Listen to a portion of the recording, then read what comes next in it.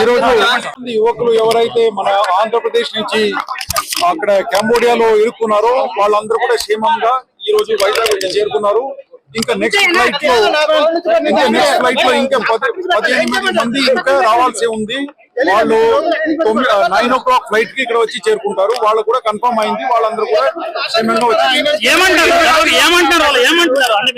అదే వాళ్ళని ఏ విధంగా టార్చర్ చేశారు, తర్వాత ఫుడ్ అంతా ఇవ్వకుండా ఏ విధంగా బాధపెట్టారు, తర్వాత ఇండియా మీద ఈ విధంగా సైబర్ క్రైమ్స్ అన్ని కూడా చేపించారు. ఆ విషయాలన్నీ కూడా ఏ విధంగా ట్రైనింగ్ ఇచ్చి వీళ్ళందరినీ కూడా ఆ ఫ్లోర్ లో తీసుకొచ్చి పెట్టి ఏ విధంగా వాళ్ళందరినీ ఇండియా మీద సైబర్ క్రైమ్స్ చేయాలని చెప్పేసి నేర్పించిన విషయాలన్నీ కూడా చెప్పడం జరిగింది. పాస్పోర్ట్ అన్ని తీసేసుకున్నారు, గన్ పాయింట్ మీద బెదిరించారు. ఆ విషయాలన్నీ కూడా వీళ్ళు మాకు చెప్పడం జరిగింది.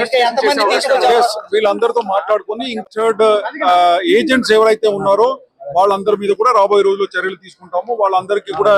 వాళ్ళందరినీ పిలిపించి ఒక సమావేశం ఏర్పాటు చేసేసి ఈ ఏజెంట్స్ ఎవరైతే ఉన్నారో వాళ్ళందరూ కూడా ట్రైనింగ్, తర్వాత వాళ్ళందరికీ కూడా టైం ఇచ్చి ఆ టైంలో వాళ్ళందరూ కూడా లైసెన్స్ తెచ్చుకోవాలి. లేకపోతే వాళ్ళ ఆఫీస్ అన్ని కూడా మూసేయాలని చెప్పేసి ఆదేశాలు ఇవ్వడం జరుగుతుంది.